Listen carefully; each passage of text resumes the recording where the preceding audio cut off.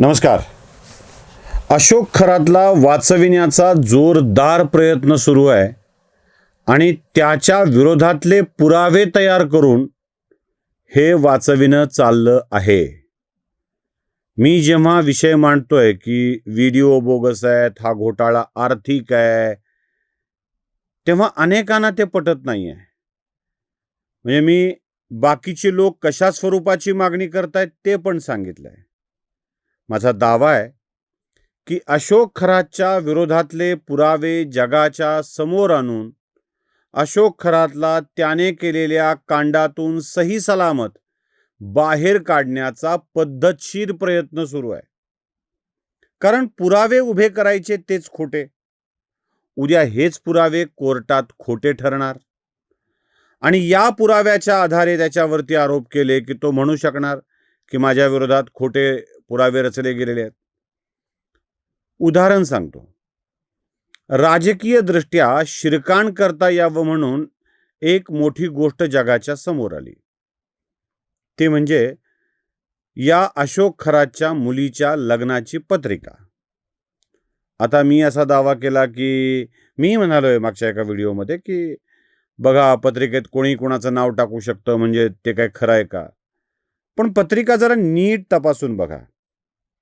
अशोक खरातच्या मुलीचं लग्न झालं हे खरं, त्याची पत्रिका छापली होती हे खरं, त्या पत्रिकेमध्ये काही प्रमुख पाहुण्यांची नावं छापली गेली होती. ती पत्रिका नीटशी तुम्हाला मी दाखवतो. त्याच्यामध्ये महाराष्ट्राचे उपमुख्यमंत्री एकनाथ शिंदे, भाजपचे मंत्री चंद्रकांत दादा पाटील, भाजपचेच मंत्री आशिष शेलार, काही शिवसेनेचे नेते जसे उद्धव ठाकरेंचे खास सहाय्यक आणि आता विधान परिषद सदस्य आहेत ते, या सगळ्यांची नावं छापण्यात आली. आम्हालाही बघून पहिल्यांदा आश्चर्य वाटलं. मग खरातांच्या मुलीचं लग्न कधी झालं ते बघितलं. त्या लग्नाची तारीखही तुम्हाला दाखवतो. हे लग्न 2016 मध्ये झालंय. बरोबर, 2016 तारीख बघताय तुम्ही. आता 2016 साली झालेलं हे लग्न आणि उपस्थिती कोणाकोणाची आहे जरा नीट बघा, मजेशीर गोष्ट आहे. सर्वात पहिल्यांदा नाव आहे एकनाथ शिंदे यांचं आणि त्याखाली लिहिलंय उपमुख्यमंत्री महाराष्ट्र राज्य. 2016 साली राज्याच्या मुख्यमंत्रीपदावर आरूढ होते देवेंद्र गंगाधरराव फडणवीस आणि 2014 ते 2019 या काळात राज्याला उपमुख्यमंत्री नव्हता. 2014 ते 2019 या काळात एकनाथ शिंदेंच्याकडं असलेली खाती, त्यांच्याकडं नगरविकास होतं, त्यांच्याकडं MSRDC होतं. उपमुख्यमंत्री एकनाथ शिंदे कधी झाले? एकनाथ शिंदे उपमुख्यमंत्री होण्याची वेळ आहे 2024. मग 16 साली झालेल्या लग्नात उपमुख्यमंत्री एकनाथ शिंदे कसे हजर असू शकतील? आहे की नाही गडबड? बरं चला, चंद्रकांत पाटील मंत्री होते, कॅबिनेट मंत्री महाराष्ट्र राज्य म्हणून त्यांचं काय केलं असेल. आता जरा थोडं पुढे सरकू आशिष शेलारांच्या नावाकडं. मला वाटतं महाराष्ट्राच्या मंत्रिपदावर आशिष शेलार देवेंद्र फडणवीसांच्या सरकारमध्ये शेवटच्या टप्प्यात सहभागी झाले होते. 16 मध्ये नाही. जे आशिष शेलार मंत्रीच नव्हते त्या आशिष शेलारांच्या नावापुढे मंत्री असं लिहायचं 16 साली आणि दाखवायचं की हे त्यावेळेला पत्रिकेत नाव होतं. कशासाठी हे सगळं करायचं? एवढ्या खोट्या पत्रिका तयार करून काय साध्य करायचंय? साधं कॉमन सेन्स आहे, डोक्याचा भाग वापरावा लागेल. 2016 साली हे कोण होते, काय होते, कसे मंत्रिमंडळात आले, याचा विचार कोणीच करणार नाही. मी पुन्हा पुन्हा सांगतोय, मला अशोक खरातला समर्थन देऊन वाचवण्याच्यात काहीही स्वारस्य नाही. पण अशोक खरातच्या विरोधात आपण जे अफवा पसरवतो, चर्चा पसरवतो, या त्याच्या चौकशीचा भाग झाल्या तर हे खोटे सिद्ध होईल.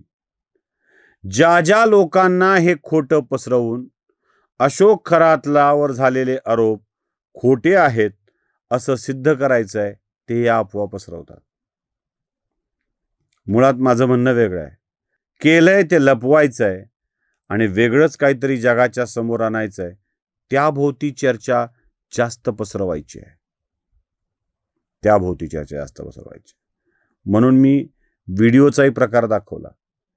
व्हिडिओ AI निर्मित जास्तीत जास्त आहेत, ज्यात खोटेपणा दिसतोय.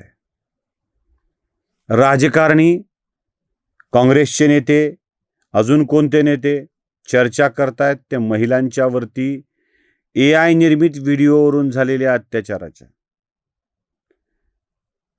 AI निर्मित व्हिडिओ खोटेच असतील तर या अत्याचाराच्या चर्चा या निरस्त होतील की नाही? पत्रिकाच खोटी असेल, 2016 साली उपमुख्यमंत्री नसतीलच एकनाथ शिंदे, तर चर्चा खोटी होईल की नाही हे आमच्या कधी लक्षात येणार आहे? हा राजकीय कटाचा भाग आहे. या खरातला सोडविण्यासाठी संशयाचं धुकं निर्माण करणे आणि संशयाचा फायदा घेऊन खरात सुटणे यासाठी तयार केलं गेलेलं हे षडयंत्र आहे. त्यामुळं SIT तपास करते आहे. तपासाचं काम या राजकीय नेत्यांनी करू नये, स्वतःला नेत्या म्हणणाऱ्या लोकांनी करू नये. इतकेदा फोन आला आणि तितकेदा फोन गेला आणि यांनी फोन केला आणि त्यांनी फोन केला. बाईनी जरा दमानी यावं. उगा घाई केली ना की यांची अंजली म्हणजे ओंजळ खोट्याच आरोपाने भरून जाईल. मग हे खोटं म्हणणाऱ्यांनाही खोटं करता येईल. म्हणजे गंमत अशी आहे की अंजली दमानी यांनी आरोप केला की सुषमा अंधारे आणि अन्य महिला याला खोटं म्हणणार. सुषमा अंधारेंनी किंवा रुपाली ठोंबरेंनी आरोप केला की त्याला बाकीचे खोटं ठरवणार. आरोप केला की खोटा ठरवायचा हा प्रकार जर होऊ लागला तर SIT काय घंटा तपास करणार आहे? SITला तपास करू द्या. ऑथेंटिक जी माहिती त्या तपासी अधिकाऱ्यांच्याकडची आहे ती जगाच्या समोर येऊ द्या. चर्चा त्यावर करा. उगाच नवनवीन पुरावे निर्माण करत हा जो काही गोंधळ घालण्याचा प्रयत्न चाललाय तो अशोक खरातच्या सुटकेसाठीच आहे हे लक्षात ठेवा. नमस्कार. जागृतीचा विधान